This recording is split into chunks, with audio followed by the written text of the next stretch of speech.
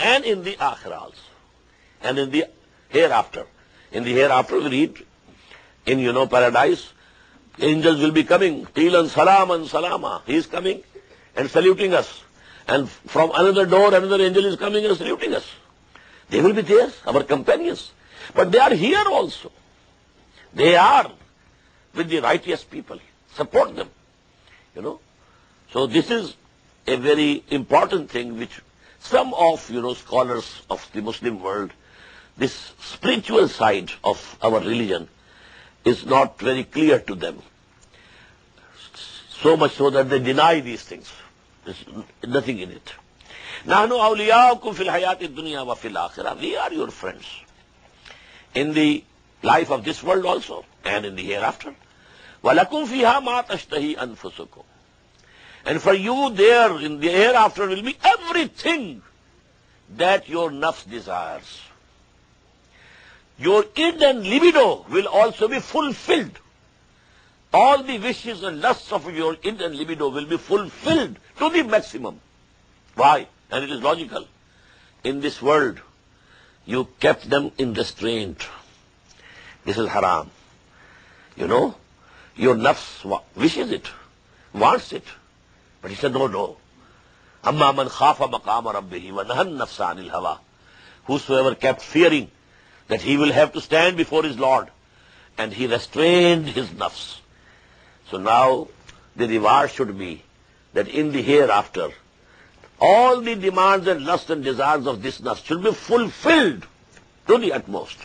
Because here you refrained and restrained. لَكُمْ فِيهَا مَا تَشْتَهِي أَنفُسُكُمْ. Whatever your nufus, and here I am again translating as id or libido, whatever it will demand, that will be fulfilled. وَلَكُمْ فِيهَا مَا تَدَّعُونَ. In addition, everything which you order, which you say you want, that will also be given to you. Now this second thing will be different for different people. It will be different according to the level of consciousness and thinking of a person. A person might not be able to think of anything very high. So he will ask for something according to his own level, his own mind. There was, a very interesting event.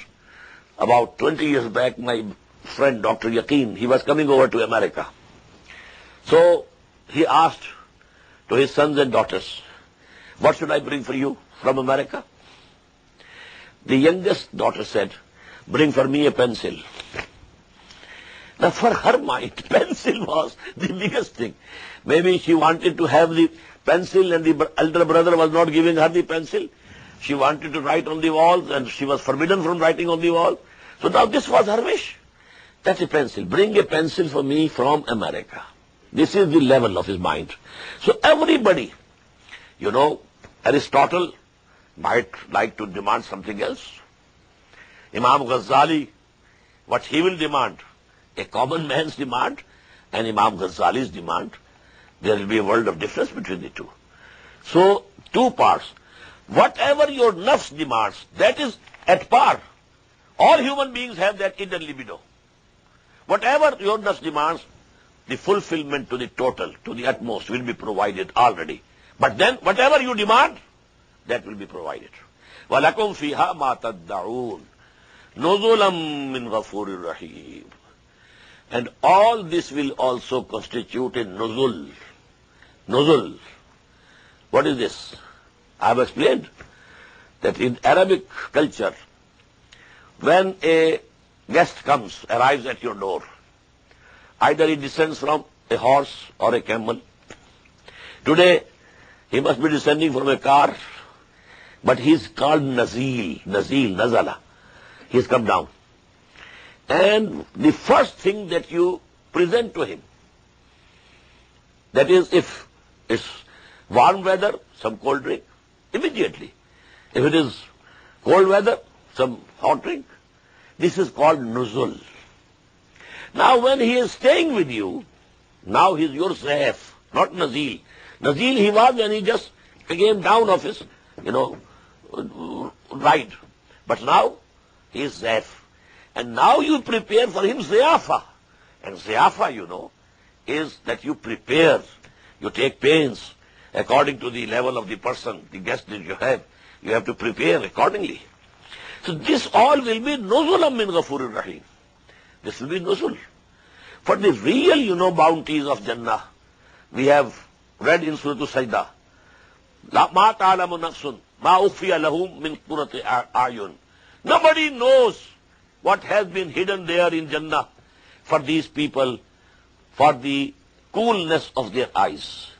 And the Prophet had says, the real bounties of Jannah are ma la aynun ra'at, wa la uzunun sami'at, wa ma khatara ala qalbi bashar, which no eye has ever seen, no ear has ever listened or heard, and no heart has ever had any idea of it. That is real ziyafa. Quran doesn't mention that. Why? We cannot understand it. That's beyond our perception or comprehension. But only this nuzul, we can understand.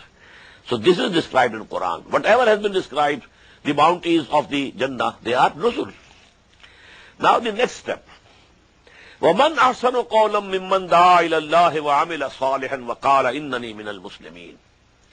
Now when you have become a true bondsman, a true servant of Allah, and you have said that my Lord is Allah, and you have stuck to it, now the second step is, now you become a preacher, a caller towards Allah. Oh my fellow beings, come to this path. You should also worship Allah. You should love Allah. You should obey Allah. Why? First of all, the Messenger of Allah has said, sallallahu alayhi wa sallam, La yuminu ahadukum hatta yuhibba li akhihi ma yuhibbu li nafsihi. None of you can be a true believer unless he likes for his brother also the same thing that he has liked for himself. Now if you have taken to the right path, the urge should be there in you that your brothers, your sisters, your parents, your relatives, people belonging to your nation, they should also come to the right path. So this dawah, first of all we had the surah Zumar, Ibadah, Allah ta'budu illallah, abudullah mukhlisina lahuddin.